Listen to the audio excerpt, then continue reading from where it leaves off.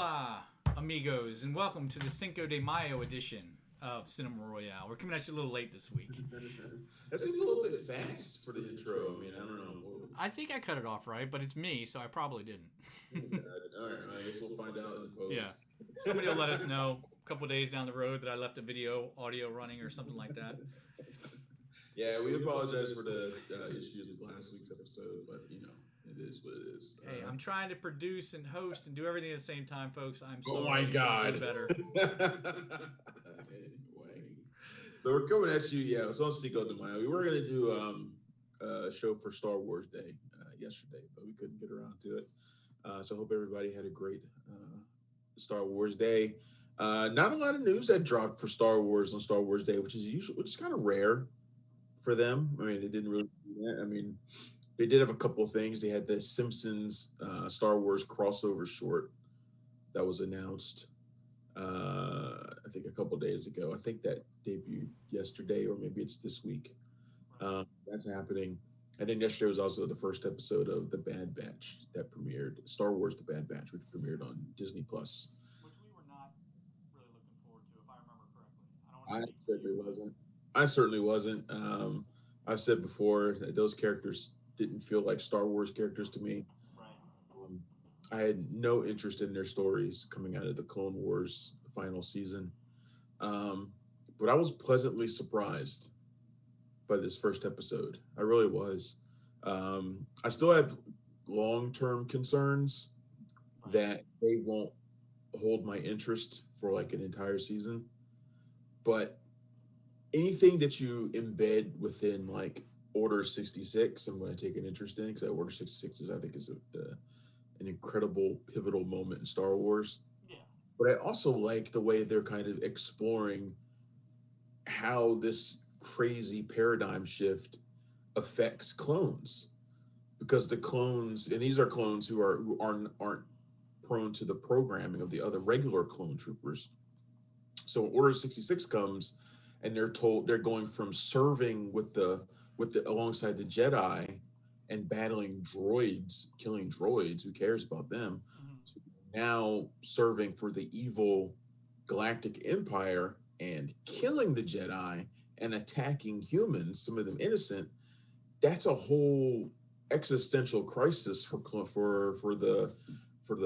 Force 99, and I'm actually interested in seeing how they explore that. I think that's a really cool idea. And not even to mention that they haven't really got into their replacements yet. I mean, anybody that's a deep down Star Wars nerd like myself knows that Palpatine was essentially a white supremacist.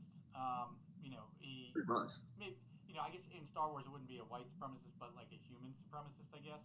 That's why when you look at the original trilogy, it's all humans, and usually old white guys on the decks. And of course, they wrote that into the explanations that once the clones died out because their life expectancy is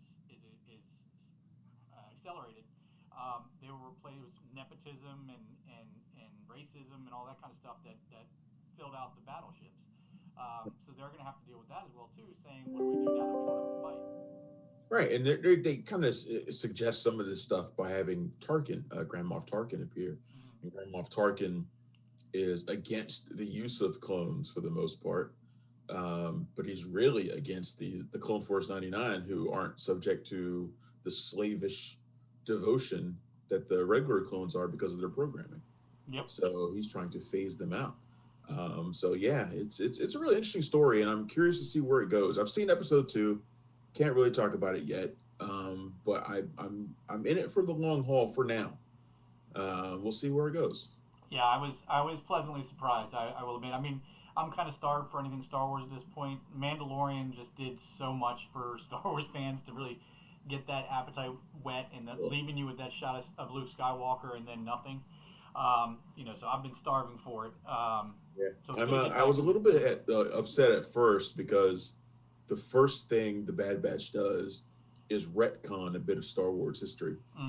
I hate retconning, and to see them kind of inserting Clone Force 99 into established events in Star Wars, I'm kind of like, So we get Caleb Dune, who grows up to become Kanan Jarrus in Star Wars Rebels. We've seen his that moment when Order 66 happens and he's there and his master gets killed. Yeah, That's been shown before. and it's been in the And comics too. right, this has been shown before, but they've inserted Clone Force 99 into it now, and I'm kind of like, really? I don't know about that. I don't like Yeah. how I feel about I mean, it's that. funny because you and I both are big comic fans, right? And so you'd Yeah. think we'd be just fine with retconning at this point, seeing how they were retconning was pretty much defined by comic books, but it doesn't. It's weird thing they have to do because they do have to put interconnected tissue in places that it wasn't before to really make them get the Marvel feel that they're going for. But there is a very thin line you have to walk between, like saying Captain Rex was in Return of the Jedi because there was a tan guy with a white beard. Right. Fine, whatever. I'm fine with that. But then inserting into major points like this, almost like you're photoshopping them in the background of a scene doing a real George Lucas is a little far. Yeah, I agree. So yeah, kind of a quiet Star Wars day for the most part this year. I spent last weekend going to see Scott Pilgrim versus the World.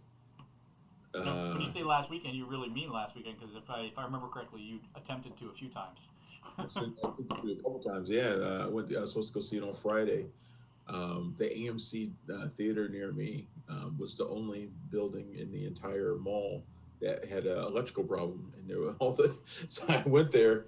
I was meeting a couple friends there to see it, and I went there, and it's like 1:50, and I was like, "The movie starts at 2." It's like, why is it closed? And all the lights out.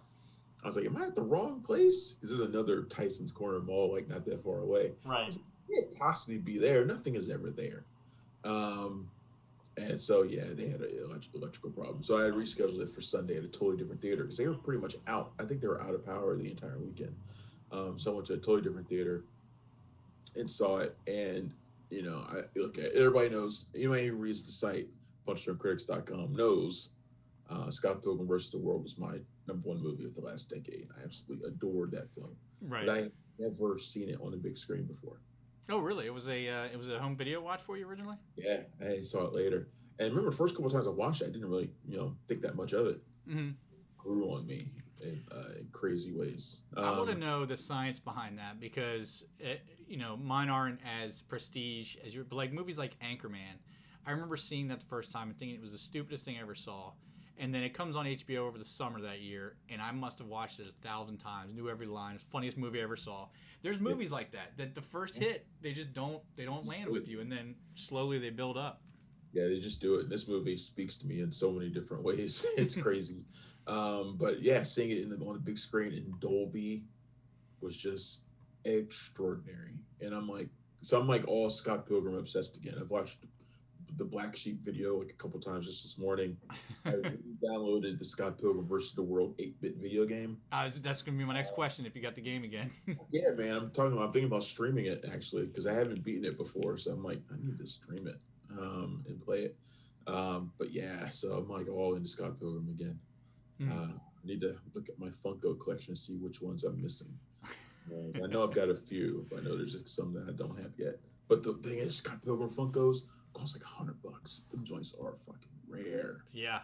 Well, I mean that falls into that cult category where there was enough fandom to create the stuff, but not enough to make a lot. So yeah, they usually come out like the most rare ones come out usually around Comic-Con time. Who was your favorite boyfriend in that movie? Of the 12 ex-boyfriends or something? Yeah, the 7 Evil X's. 7 Evil X's. There you go. Yeah, remember Mae Whitman was one, so that's why she kept correcting him. It was like X's, not ex-boyfriends. Oh, that's right. My bad. But Scott's a dope, so he didn't get it. Right. Shit, man, I really like in terms of like the best fights. I think the fight with Mae Whitman's character is the best fight, but I really like Brandon Routh's.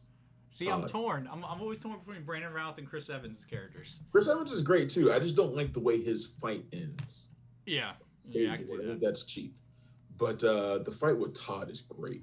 It's got great visuals. Todd is just such a perfect jerk, a vegan jerk at that. Gives him superpowers. He does insane shit, like uppercuts him into the moon. Yeah, there's just such a lot of really fun stuff with that fight with Todd. So. And that's a place that Brandon Routh needs to try and work in more. And I'm trying to think what I recently saw him in. Was it?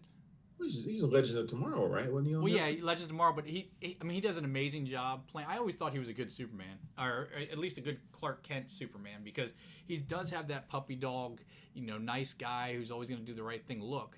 But as you see in Scott Pilgrim vs. World, if he turns it a little bit, he gets psychotic looking, and I think he could really play like a Norman Bates psycho type situation well. You forget how great that cast was too, man. That cast is top to bottom. I think Oh one of yeah, the best that's ever been put together. It is just insane. But and of course, I mean, Mary Mary Elizabeth Winstead. she's it doesn't get much better than that. She's everybody's dream girl from that movie, man. Yeah, although Scott Pilgrim's got to be top two, but I put her first in Death Proof. That's my number one Mary Elizabeth Winstead movie. Just because she's in a cheerleader outfit the entire time. Possibly. No, I'm a weirdo that is the reason she's in a yellow cheerleader outfit the entire. But I don't want anybody to get the wrong idea. It's not because of Tarantino's unusually long foot shot that he does for every one of them. It's nothing to do with that. I'm not a foot guy. Fetish is very well known. Yeah. Oh man. Oh man, we've already spent a lot of time talking about shit that has nothing to do with the stuff we were supposed to talk about this week. Yeah. That's okay. But let's just real quick. You talk about the cast. I just looked it up to remember one of the names that I couldn't, but now it's really blown my mind. Michael Cera, Kieran Culkin, Anna Kendrick, Allison Pill, Aubrey Plaza, Mary Elizabeth Winstead, Jason Schwartzman. I mean, that's a ridiculous cast. I didn't realize it was that deep. I haven't even gotten to Brandon Routh and all those Chris Evans and all those guys. Yeah. I mean, it's just insane the number of people in that movie, man. We have a tendency to do this whenever in pre-show, whenever we're like, we got a lot of stuff to talk about. We'll just have to go through. We always pick one thing and spend like 20 minutes on it at the beginning. It just kind of is what it is. Yeah. Let's talk about. All right, well, we are going to talk about Without Remorse today as well. So yeah, we got that. Did you get to see Mitchell's versus the Machines? I did, of course. I got a 4-year-old and a 6-year-old. What do you think? Okay, yeah, I know, right? Mitchell's versus Machines also came out this week, and Marvel dropped a bunch of shit on us the other day too. A couple of days ago, bunch of new info, a bunch of release dates, a couple of titles for movies that have changed. We got our first look at Eternals from Oscar-winning director Chloe Zhao. Mm-hmm. A whole bunch of stuff, man. It's been pretty nuts the last couple of days. So let's get into it. Let's talk about Without Remorse. Just a quick heads up. My media is not in the right order, folks. So you're gonna be seeing a lot of weird jumping around. Like we were just on Mitchell's vs. Machines, and now it's Without Remorse. Well, you know what? For some reason, there was a Thundercats logo up in the background. Whatever you have queued up, let's talk about that. Well, I switched over now, so I finally figured out an app I can use to switch the scenes. It'll show me what's on it instead of just guessing every time. So we should be there. So Without Remorse, Michael B. Jordan making his way into not a Jack Ryan role, but a Tom Clancy role. Yeah. Right. Yeah. So he gets to play John Clark, John Kelly. One of the most, probably the most popular Tom Clancy character outside of Jack Ryan. Mm-hmm. Right. He does Sam Fisher too with the Sniper Cell stuff too, right?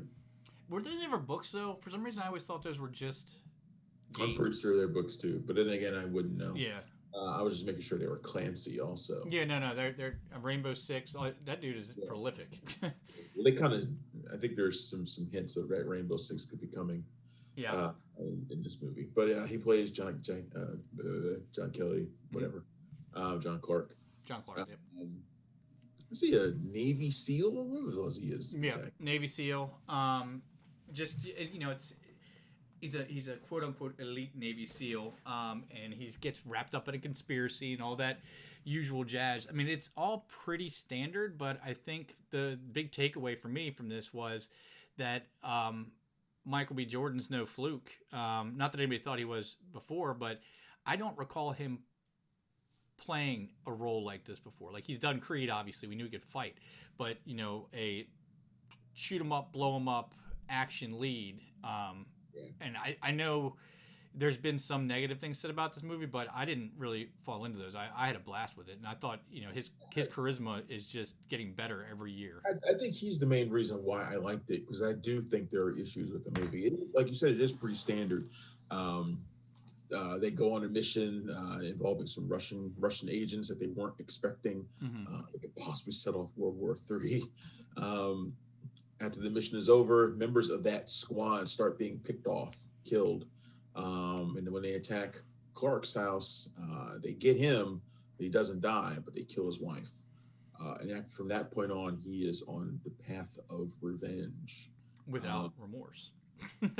Totally without remorse. In fact, that's probably the title. It couldn't be more accurate because he's brutal. He's pretty brutal in this, man. He does some crazy stuff. That the car scene where he sets it on fire and then gets in there to interrogate the guy was hilarious. Mm-hmm. It was hilarious because it's absurd, but it's also, but at the same time, Jordan sells it pretty good. Like I bought it. I bought it from him. So that the storyline is fairly standard stuff. It doesn't quite feel like a Clancy in some ways. There's not as much intrigue I felt than I was expecting. Right. There's not as much of that at all. But at the same time, we got to remember that this is a prequel, so it should be setting something up, and I don't think it would feel the same as something as like the Jack Ryan TV show or something like that. You know what's funny about it though, and really the only thing I rubbed up against because there's a book called The Terminal List. Chris Pratt has already signed on to star in the movie. It's by a guy named Jack Carr. He does this whole I forget the guy's name, the main character's name, but Terminal List is basically the same thing except for the group of soldiers are in Afghanistan. They all get killed except for him, and then they kill his family, and he goes on. He's got a list of terminal people he's got to kill. I mean, in theory, in general, the storyline is hard to very general. Team gets killed, wife gets killed, guy goes on revenge. Military soldiers. Yeah. It's similar. I'm just not explaining it right, but the two stories are much more similar than I'm making it out to be. So I had that in my head, and I really, really enjoyed that book. So I kept having to go back from that, but it was Michael B. Jordan and Lauren London, who, where do I know her from? Because I'm a fan. Lauren London, she's been in a bunch of stuff, and I want to say it's like one of the Think Like a Man type movies or something like that. Yeah, I just pulled her up. I Love You, Beth Cooper, but I don't remember from that. You know who I thought she was at first? You remember 22 Paul Jump Patton. Street? The girl who plays Ice Cube's daughter? Patton, but no. No, not Paula Patton. She does look kind of like Paula Patton. I don't know. But so Without Remorse, I think I give it a go. I definitely think it's the best action movie out right now. Okay. It wasn't the Think Like a Man movie she was in. It was The Perfect Match, which is one. Baggage Claim, you'd get to see her and Paul Patton in the same place, which is Where's my Netflix queue? That's not so bad. Yeah, that's not so bad, right? That's not so bad. I'm good with that. That's a pretty good package deal there. Where has she been the last few years? But no, my biggest issue with the film is, the plot is pretty generic. But also, I don't think Stefano Sollima is the right director for it. He did Sicario too, but I had the same issue with that as I do with this, in that his action scenes just don't pop off the screen the way I think they should. It felt like there's this one scene where he's and it comes right at the end of the movie where he's basically going through the building and he's trying to get away or whatever. Yeah. And it felt like that shouldn't be like the finale action scene. It should be like a lead up action scene. Yeah. That's not big enough. And none of his action scenes really feel big. Like, I would have wanted to see somebody huge on this movie. I would have wanted to see like Peter Berg on this movie or something. I want to see someone who does action, like they go all out. Because this movie should have had that. This fell somewhere in between like a Peter Berg and a Gareth Evans. I never get those two right. We always say Gareth Evans for something like that. I'm not so sure he'd be good for this because it's not. No, he wouldn't. I'm saying those are like the two. Like Evans is up close, personal, awesome action scenes. There are better Berg is big directors than Stefano Sollima, and because the best action scene is the one where he is in the prison cell. Yeah, I agree with that. Is insanely badass in that scene. But in terms of like explosions and shootouts and stuff like that doesn't. I don't know. It never really does the trick for me. Yeah. So that's my biggest complaint with it. But otherwise, yeah, it's definitely worth checking out. Kind of feels like an old school movie to me. It's very mid '90s feel to it, Yeah, like that type of action, Con Air type stuff. similar to how the upcoming film Wrath of Man kind of felt for me, which we can't really talk about yet. And You sure you don't want to talk about it? spent all day dealing with that movie, so no. But yeah, this is worth checking out. You know what had a lot of explosions that I was surprised about? Mitchell's versus Machines. Machines? I talked about this a little bit on the last show. Yeah. Where I hyped it up a lot, and you were unconvinced, or at least surprised. I was surprised. I mean, because with animated films like this, it takes a lot for you to get on board like that. And you were talking about this like it was big time Pixar. Right. It's really great. Yeah. So people know my thoughts on it. What are your thoughts on Mitchell vs. Machines, which is about a family that goes on a road trip to take the daughter, who is a aspiring filmmaker, to college against her wishes. By the way, she doesn't want to be driven there; she wants to fly off. But as they're on this road trip, all the machines in the world rebel and take all of humanity hostage. And they're the only family that gets away. and not by skill or cohesion either. Not by skill, just because they're all weird. Yeah, I mean, this was the great thing about this movie, and you were right. I mean, it had the heart of Pixar, which a lot of people don't get. I mean, you can't get. There's a reason everybody goes to Pixar. It's because they know how to meld the visuals with the story with the heart, and that's what this had. And it even had another layer of almost like realism. It's a weird thing to say about a movie about a robot overlords taking over, but the family felt very real, like in all their flaws and all their strange oddities from each other, and how they wanted to get along but couldn't get along, and then it even gave you a look at there's part that's actually playing in the trailer above where there's another family that's featured in the movie that is like voiced by John Legend and what's his name, Chris Teigen. Yeah, and they're like the perfect family, and they really do something to capture like looking at other families and realizing that you think everybody's better than you. Like, man, they got so much better together than me, and this and that, and my family, but not like look at my family, it sucks, but like we have these problems, these other people don't have these problems, and that's the kind of stuff I didn't expect to be wrapped up in there. And they managed to do it really well, and it really brought a lot of heart and a lot of feeling to it. On top of that, it was gorgeous. I mean, the whole movie's it's colorful, it's sharp. Everything was done very well. There were even little. Sony movies just look different than the Disney Pixar kind of movies, like and the DreamWorks films. Like they just not just visually, like the visual palette is just different too. The way they do animation, but yeah. And they threw little side things in there too. Much more energy than the Disney Pixar stuff does, and I love those movies. Don't get me wrong. Yeah. But Sony is just like, I don't know. They're on to something right now where they're painting outside the box for almost everything, and this is one of those movies that does it. It doesn't feel like any other animated movie I've seen in a while, except for Into the Spider-Verse, which is another Sony movie, which felt a lot like Claudia with a Chance of Meatballs, which didn't feel like any other animated movie out there.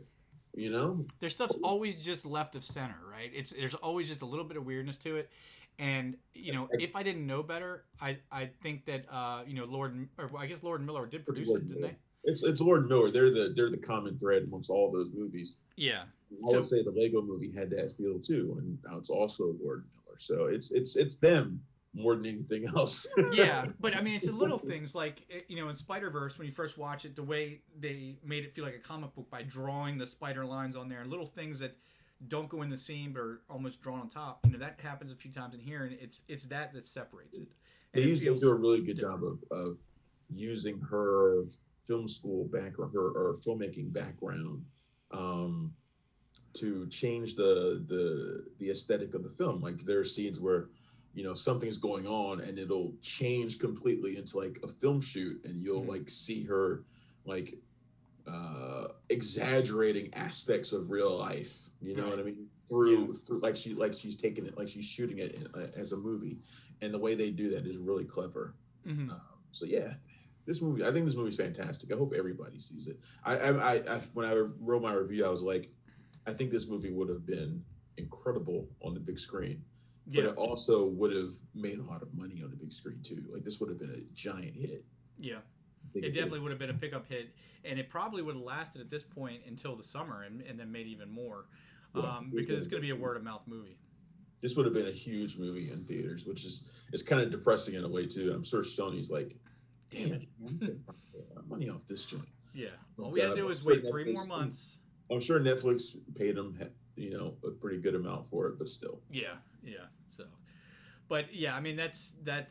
I know I'm not so discerning with the kids' movies. I find myself watching a lot of everything that comes out, and there's something redeemable about all of them. But this is one of the ones that separates the boys from the men, if you will. You can always show the kids Snatch so many times, Yeah. 'Cause they don't know if they get it. Yeah, you joke, but I'm like the worst. You know what I've been doing with my 4 and my 6-year-old? I've been playing Mortal Kombat 11 with them. Fatalities and all, and I am not a good parent. Let me just put that out there. If I ever had kids, I liked Mortal Kombat, I would do the same thing. Yeah. So, And we played that, and the first game my son ever saw was Lord of the Rings: Shadow of Mordor, and he's like, let's play the orc game, and I'd be decapitating orcs and stuff. It's so much fun. that's funny. You're a bad parent. So the other thing that came out that surprised me, and now that I've got the media up properly, didn't expect the Marvel Phase 4 announcement to make me cry, but it did. I had someone else say that they were like crying at It's the Stan, announcement. man. It's like, Jesus Christ, y'all. It's Stan Lee's voiceover, and it's I mean, he does what Stan Lee always does. He hits for those really obvious I'm pretty emotional sure that cues. was a Stan Lee voice actor. Whatever, it tricked me, and he's like, we're all family, Excelsior. But, Dead for years. I mean, it's like I don't know when he would have done this, but yeah, okay. well, I mean, he could have just said those words at different times in his life, and they cropped them together. But I guess that's possible. it's That is very possible. it's a quick retrospective of what Marvel's done up to this point, and you really forget. I mean, the whole point of the thing is that at the end you get Phase 4 announcements and you get the first clip of the Eternals. But what really struck me was the first part, because you forget what Marvel's done for theaters and for movies as a whole until you're reminded of it in a clip like this, and you see all those big moments from all those movies. And I can't even remember what it was like when the biggest thing we ever had was X2 or Spider-Man 2. I mean, when they replay that portal scene, the theater reaction for the portal scene in Endgame, it's just it really solidifies it as the culmination of 10 years of excellence in I'm filmmaking. pretty sure that was Comic-Con. Wait, was it the Comic-Con that they were showing in there? That may have been Comic-Con. It may have been. I don't know. In any event, seeing everybody cheer again for On Your Left is just... Yeah, man, that part was tight. Yeah, and the video, I'm sure everybody's seen it by now. I'm sure it's been watched millions and millions. Oh, yeah. It's basically a welcome back to theaters, because Marvel has been out of theaters for over 2 years now. Mm-hmm. And yeah, they have been missed. Sure, we've seen them on Disney Plus plenty, but they've been missed on the big screen. It's not the same. No, it's not. And there's not going to be a full comeback in theaters until Marvel returns. It's some will probably not like to hear that, because they think that Marvel has too much power and influence over the industry as it is. But it's the truth. We won't be able to fully measure how far back we are. But you know what? They earned that. How far back theaters are theatrical is until Marvel puts out Black Widow or some of these other movies that are coming out. Once those movies come out and we see how people are those going to be enough to bring people back into theaters? I think so. And when you see a lineup like this and the reaction that people had, just for the most part, these are just date announcements. Yeah. Some of them we already knew, and you're like, and people were just like, "Man, good Marvel's coming back, man." It's just Yeah. Well, to be clear, I cried because of Stan Lee, his voiceover, not because of the dates. But I was close. Yeah. But I mean, they're doing it really. I know, but it's not just you. I'm talking about other people. I'm talking I know, yeah. Tears. It's not just because of Stan Lee. It's just like, Marvel's coming back. I ain't seen Marvel in ages. So yeah. Well, it's like I went to my first cookout. A friend of mine's daughter had a birthday, and everybody was vaccinated. So they did a little thing in the backyard, And I'm a homebody as it is, but I got to be honest, when I went out and was in a group of people without masks again and it seemed normal, it really was striking to me. And I think that's what this is hitting on a lot too. And the genius of what they're doing is including that shot of Endgame and reminding people of the difference between home and theaters. We all loved WandaVision. We all loved Falcon the Winter Soldier. And we had a lot of fun talking about it. But there is nothing that will replicate sitting in a movie theater seat next to your buddies in a packed theater watching Cap call Mjolnir to him for the first time. And hearing that cheer and having that electricity. And that's what Marvel brings. And anybody that's got a problem with Marvel deciding when the movie theaters open again, better just stop and thank them, because they're pretty much the only reason to keep theaters at this point. People hate to hear that too. Yeah, all right, so a couple of the big announcements.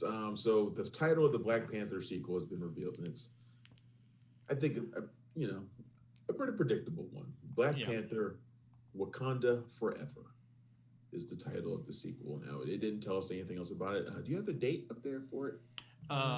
If you want to wait until it comes back around, I can. It's on the thing. I'll grab it. Yeah, so we don't know much about what this story is going to be, but obviously the thing they're going to have to deal with first and foremost is the death of Chadwick Boseman. Nobody knows what they're going to do exactly, who's going to be Black Panther. The title suggests something, though. It does suggest that Black Panther will continue. Wakanda goes on forever, even without him. July 8th, 2022. Okay. That's not as far away as it seems. Which means filming will probably be taking place fairly soon, I would imagine.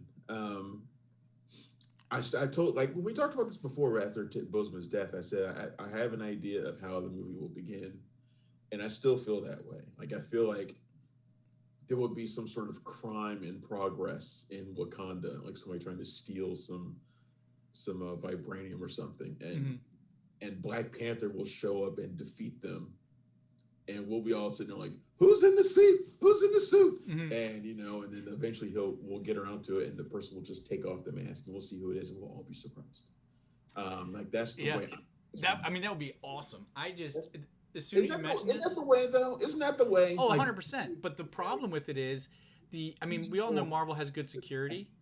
See them in action and leaves you wondering, who is that fighting like T'Challa underneath that mask? Who is that? No, it's perfect. But how are they gonna, even on the most strict set pictures always get out. And the only thing they can possibly do is hire 7 actors to put on the Black Panther suit and walk around so we don't know who it is. This could be really fucking hard. Yeah. I don't know how they're gonna do that. But it's Marvel. I mean, the other thing is they do have, since going into with Disney, they do have the technology to do it fully in studio. With a big movie like this, you can't really do that because there's always something that feels lost. But if you watch The Mandalorian, that's all done on the I forget the Void or something they call it. It's a big circle of LED screens that they use to project whatever the scenery is, and it looks like you're there. If you cannot tell where that starts and ends in Mandalorian, so there's no reason that for something like this, if it's gonna be Wakanda based, especially fully Wakanda based, no reason you couldn't stay in studio the whole time. Yeah, that's gonna be. I don't want to know. No, I don't want the report to come across that says new Black Panther revealed. I don't want to see that post. I don't want to see it. I want to be surprised in the theater. But the professional part of me knows I'm probably going to know before it goes in there. Oh yeah. We can't really avoid it. But let's just put this out. Who would be disappointing for you to be in that suit? The most disappointing person to be under the mask, Tony Stark. Agreed. You'd be like, now Tony Stark, or since it's a Black Panther, are we going Tropic Thunder Tony Stark? No. He's just a dude playing another dude disguised as another dude. Of the most logical candidates for the job. Yeah, like Shuri. Would you be disappointed if it was Shuri? The disappointing one, I think, would be like M'Baku. Yeah, he's too big. Like the most disappointing. He'd be And like, I also don't think you could hide him underneath the suit 'cause he's so big. he could be Black Rhino. He can't be Black Panther. Panthers are agile and yeah. Shuri seems like the most obvious bet, and it's kind of what happened in the comics for a while too. Mhm. She became Black Panther, but she wears a totally different suit. Not that they couldn't change that in the movie if they wanted to. My guess, honestly, is that it will be Killmonger. That is my guess, but we'll see. Because I don't think he's dead. I think he comes back anyway at some point. And I think maybe this will be one way of doing that. He's already been quote unquote king of Wakanda, sort of. He took the title, he took the mantle from T'Challa for a while. Yeah, he's taken the pink flower and all that stuff. You know who I'd like to see would be a surprise, I think, because nobody's really mentioned it. But Lupita Nyong'o's character, Nakia. Really? She's a fighter on par with T'Challa in Black Panther. You know, they're right one by one. The whole thing through the Black Panther movie was that they were kind of on par with each other, but then she just kind of disappeared. So I think that would be cool. It would be an interesting path to take for sure. I can't wait to see. I don't know why he's become such a draw for me, but I cannot wait to see Red Guardian in Black Widow. I don't know why. Every clip I see of what's his name as Red Guardian, it just looks like that movie's going to be a lot of fun, but also it's going to be really bittersweet, I'd bet. Yeah, I'm excited for Black Widow. I'm more excited for Shang-Chi. But I'm excited for Black Widow. I'm curious to see where that goes. And that's moved from May 7th to July 9th. Yep. I really want to see, which, by the way, the some of the news that came out today, the Loki TV series that's going on Disney Plus has been moved up 2 days.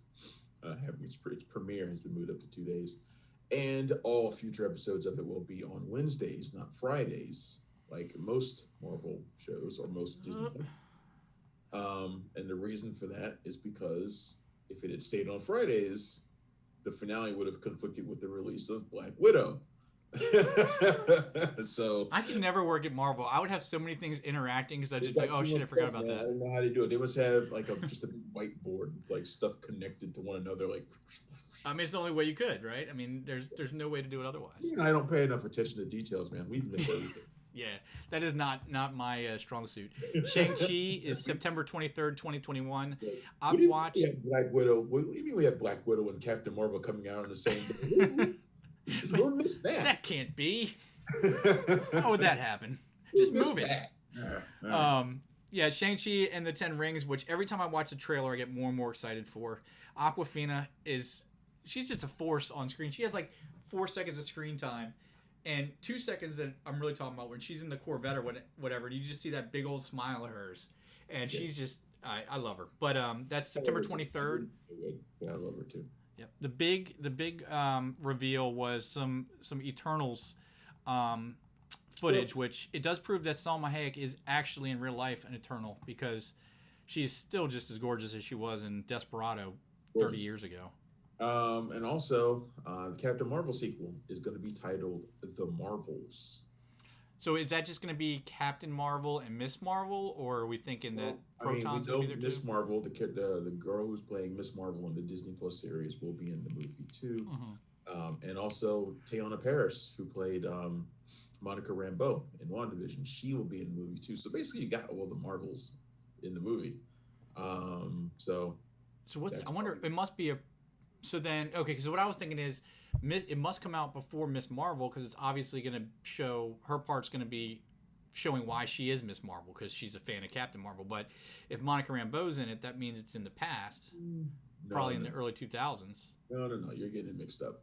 What do you mean? First of all, I don't think we know that the Marvels comes before Miss Marvel. I don't think we know that for sure. It would make sense to as an intro, but I guess you don't have to do it that way. Let's do it that way. You're thinking of Maria Rambeau, who was Monica Rambeau's mom, who was in the first Captain Marvel movie. Oh, so Monica's the daughter, and Maria's the... Okay, gotcha. Remember, Monica's the daughter who was just in WandaVision. Yep. Okay. Yep. I am mixed up. Remember, a big part of her character arc in that show is that her mom is dead. Yeah, so I was saying it must be in the past because her mom's dead, but I was thinking of the mom. So she's what, Photon, right? Yeah, she's been Photon, Spectrum. Captain Marvel, Miss Marvel. She's been all of them. She's been a Mm-hmm. bunch. She's had a bunch of names over the years.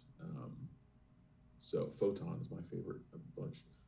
But yeah, she's gonna be in there too. So yeah, pretty much all the Marvel's women are in there.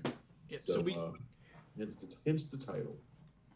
we've got everything out to May 2023, with 2023 being Ant-Man and the Wasp: Quantumania and Guardians of the Galaxy Volume 3. There's one thing conspicuously Finally has a absent. date. That finally has a date now. Yeah. One thing conspicuously absent, which they already told us that there'd be no group movie, but I kind of expected there to be anyway. But it doesn't look like there is. It doesn't seem that way, but I mean, I wouldn't put it past them to. I mean, I guess not in Phase 4. Maybe there'll be one in Phase 5. And really, I mean, I guess 2 years, because 2023 seems like so far away. When you consider the last 10 years went by so quickly, and how, it was 5 years after Thor debuted that we got Guardians of the Galaxy. So, is the other thing I'm thinking of, and I'm all over the place here, is that there's no indication of the Young Avengers other than Mrs. Marvel or Miss Marvel. I mean, I think the Young Avengers is something that you need to build to. You wouldn't see that right away now. The characters are slowly being introduced in pretty much every Disney Plus show, Right. and some of them have already starting to make their appearances on the big screen, like Cassie Lang, who's been in 2 Ant-Man movies and will be in the 3rd. Mm-hmm. Considerably aged up, by the way. 3 different actresses. Right. So she's getting ready to obviously be part of Young Avengers, most likely. We haven't even talked about Spider-Man: No Way Home, which is this December. This 2 years won't feel like 2 years because you'll have a Marvel movie coming out either on TV or on movies, like every couple of months. It'll seem. Yeah. I mean, yeah, because if you look at it, you're like 2023. But like you said, all you have to do is think about the ridiculous amount of Marvel movies we've already seen, and how, Endgame. I remember that feeling so far away, and now we're 2 years past it. Yeah, can you believe it's been 6 years since Guardians of the Galaxy 2? 2? Nope. In 6 years. That came out in 2017. Yeah, I don't like thinking about time because it just keeps going faster. I bet you don't. I don't either. I don't. Yeah, I was thinking about that today when I was posting James Gunn, who said today or maybe yesterday that Guardians of the Galaxy 3 will be his last one of the franchise. So even if Marvel continued it, which they probably won't, but if they did, he would be part of it. Right. And what else came out? There was Andrew Garfield, who is denying the rumors, just as Tom Holland did, that Tobey Maguire and Andrew Garfield will be in Spider-Man: No Way Home. Yeah. Who knows? I don't know who to believe. I guess at this point they might as well keep up the fake out or whatever word that is. The rumor might have been wrong from the outset, but then again, at the same time, sure seems like they should be in the movie, considering we've got Jamie Foxx's Electro and Alfred Molina's Dr. Octopus. Yeah, I mean, they act like, because he, in the quote that you put up in the article, which you guys can catch right now on punchdrunkcritics.com, is that he said it's fucking hilarious. But dude, is it really that far fetched when we have all these other people that are confirmed to be in it? Right. So, you didn't see Invincible yet, have you? No, I haven't watched it yet. Have you read the books or anything? God damn, I'm I've read horrible some with this media today. Robert Kirkman stuff. Yeah, I've read like one issue. I never really got into it like that. Yeah, it's I hadn't watched it all the way up until the because it was a weekly show, all the way up until the finale aired on Amazon, and I just been hearing so much about how amazing the show and how great it was. I was like, finally I sat down one night. I was like, all right, let me check it out. It is pretty damn good. I mean, it's not the greatest animated show ever, but it is compelling. In the first episode, if you haven't seen it and if you don't know the story, avoid any spoilers, because it is the biggest 180 twist, blow your mind thing in the world at the end of the first episode, and they are full on with the gore, with the violence, with the everything. The nice thing is it doesn't feel, okay, I'm not gonna lie and say it doesn't feel over the top, because I think it's played that way on purpose, but it doesn't feel especially gratuitous. Like, they don't just show people blowing up for no reason. But when a superhero or supervillain punches a human in the head, their head's going to explode. That's just the way it is. So you see a lot of that, but it's a lot of fun. I would definitely. I think you'd like it. It's on Amazon Prime right now. You can watch the whole first season. I have no doubt that I would like it. I'm just in the middle of watching Jupiter's Legacy, which is the upcoming superhero series on Netflix. Mm-hmm. I'm watching that right now. I think that releases not this week, maybe next week. How's my boy Josh Duhamel in that? I love me some Josh Duhamel. Good. He's good in it, man. Yeah, I mean, so far I'm really digging it. The first episode, man, ends on this crazy battle. Mm-hmm. A lot of people die. And then there's a twist. But yeah, I'm feeling it. It's exploration of generational superheroes and kind of passing the torch to a generation of heroes who aren't ready for it. It kind of feels like The Boys in that way, but they're not like lunatics or psychopaths. They're just immature. Yeah. It sounds a bit like Invincible, honestly. Yeah, man, that might be the case. Yeah. But it has some really good visual effects too. So I'm kind of digging it right now. I've only maybe 3 episodes in. I'm gonna fight the urge not to write a review of it. That's the amazing thing, the visual effects of it all. Like, I don't think we noticed. Like, it was obvious in the 2000s where we crossed the line between non-photorealistic CGI and photorealistic CGI, like around the Iron Man time, where you couldn't tell what was what. But we've crossed another plane like that again with backgrounds and with settings. I talked earlier about the void that Mandalorian uses, and the way they've made it to incorporate CGI. They're finally, after 30 years since Jurassic Park, figuring out that you only use it where you have to, not liberally, and it works. And we're seeing some amazing stuff. We still have DC Comics who is using Play-Doh to make their CGI, but everybody else is doing great. I don't agree with you every time you say that. Okay, whatever. You're right. They're not using Play-Doh. They're using whatever that off-brand you get at Walmart is. Some of their visual effects aren't great. I'm not gonna sit here and say they're all perfect, but I don't think they're all that terrible. King Shark looks good. I'll give him King Shark. Do it a different way than yeah. So yeah, busy week all in all. Anything else we haven't hit? I feel like we missed something.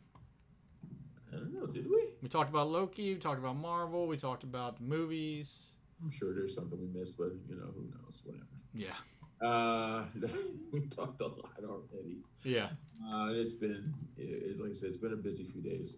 Next show, we talk about Wrath of Man with Jason Statham. Can't wait for that.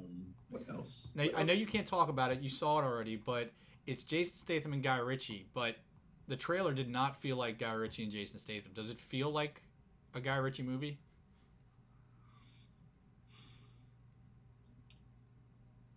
No. I would say no.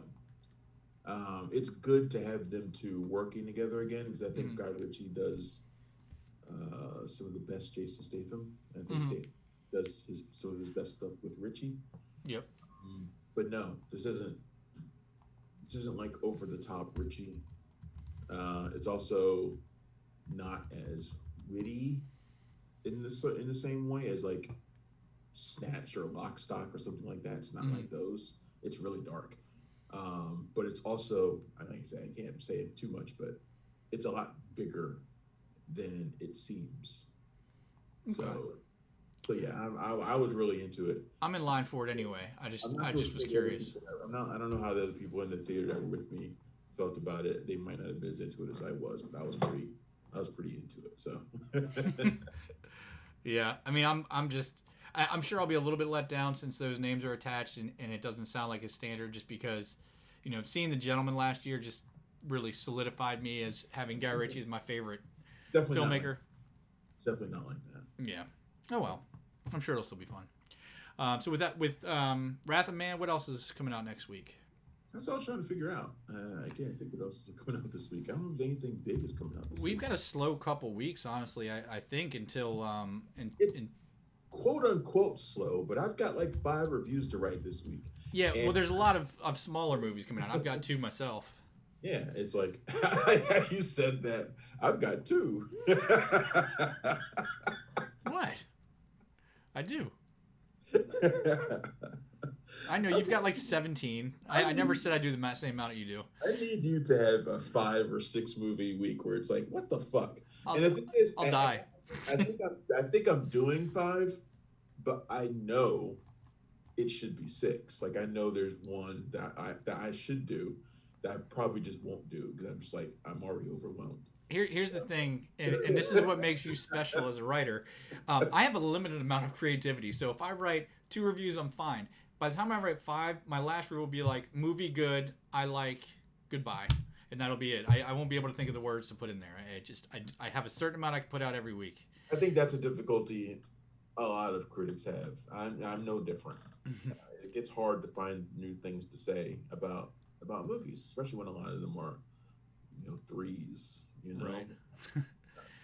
Here Today, The Human Factor, Wrath of Man.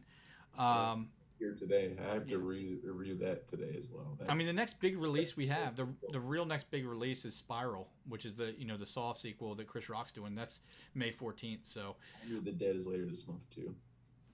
What is? Oh, Army of the Dead, yeah. Wasn't that originally for July or August? I don't know, but it's I think it's at the end of this month. May 21st, yeah, third week of May, and then Memorial Day weekend, Cruella and A Quiet Place Part 2. So I still don't know why. I mean, I'm sure they have the reasons. I don't know why Black Widow didn't hit on May 28th. I mean, to come back into theaters on Memorial Day weekend. But then again, since not everybody's vaccinated, probably wouldn't be too smart to do. But yeah. Well, they seem to be keeping their movies away from shows. Right. So they've had 2 shows in fairly rapid succession, and I think they wanted to keep distance between the movie and the TV shows. Far be it from me to question what they're doing. They, like we mentioned earlier, they have their details in a row. So about this thing that we do, and they're obviously successful at it. So. Yeah, no question. The site, guys, every day you can check us out for the reviews coming this weekend and every weekend, and then every day for all the news and trailers and all that stuff. www.punchdrunkcritics.com. On Twitter, the site is @PDC Travis is @PunchyCritic, and I am @PunchDrunkJohn. On Twitch, Travis is @cinematic_enforcer. Check him out and subscribe. Overwatch yet? Did you go Overwatch yet so we can play? No, I'm only allowed to buy 1 video game a month, and the month's not up yet. I'll buy it soon. But you heard the top of the show, folks. Travis may be streaming the Scott Pilgrim vs. the World 8-bit game. Scott Pilgrim, yes. Go ahead and subscribe to his Twitch account @cinematic_enforcer to check that out. If you're interested in writing, if you like movies, if you have any tips for us, info, or just a comment, feel free to shoot us an email at info@punchdrunkcritics.com. Till next time, folks, I'm John. I'm Travis. And we are out of here. Thanks for checking out the show. If you like what we're laying down, please subscribe to our channel and click the bell to receive notifications for all of our latest stuff. Thanks for checking out the show.